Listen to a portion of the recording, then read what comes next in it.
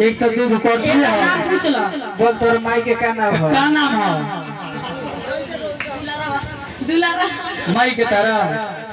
अब बाबू के रेशमावा। बहुत पढ़ा लिखा लगती हो। क्या नाम होता है? डिम्पी। ए वो क्या नाम होता है? तू ये करे ना का पूछता बा। हाँ ई तो चलिए गई एक संपा पड़ी सवेरे के पटक के बेचे के बानी जाना तड़ा। ई तो तार मेहरारू है नाम तू नहीं का पूछत। हां मेहरारू पूछ लो कि तेरे नाम बताओ हो। रीना। कौन चीज? रीना लो। तब तो पिटाई तार टीना। टीना अभी अभी आज बेकर महीना अतार हो। मुस्कान। मूस के कान। मूस के कान ना सुख ने किया ही है। हां अहने अहने उ के हलिया एकरा के पुअर में ढुका के। ए भैया एकर नाम के हुली हो। एकर नाम के हुली हो आ जे करे मन करी उहेली। एकर भतार के का नाम बतारो? हां साजल। सामान खाली बाकी बाझल बाझल बा। तारा पति के नाम का हो? पति के नाम बताओ। आधार कार्ड पर का लिंक बा?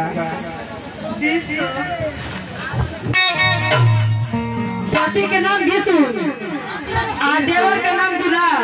हनो पति के नाम विष्णु हो। यही तरीके तो लोग है ने छोटके नाम लेके जिया। आई देखी छोटकी के छोट मत जानी बड़ा मत खजले। ई लवंगिया मरचा हो। लवंगिया मरचा देखे में छोट रहेला लेकिन कटला पर ज्वारे लेखा लागेला। तब का अरे छोटी मरीचैया बड़ी की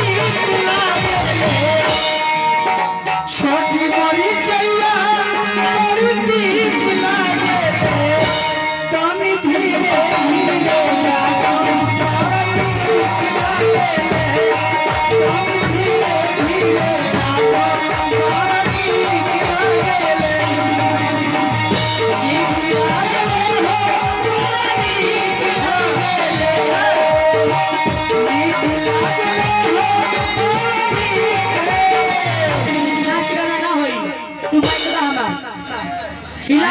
हिलावत है तो तू काहे भागत है बीजी के? हिलावत या तू हिलावा अतना मत हिलाओ कि गिर जा ऐसे का मतलब है?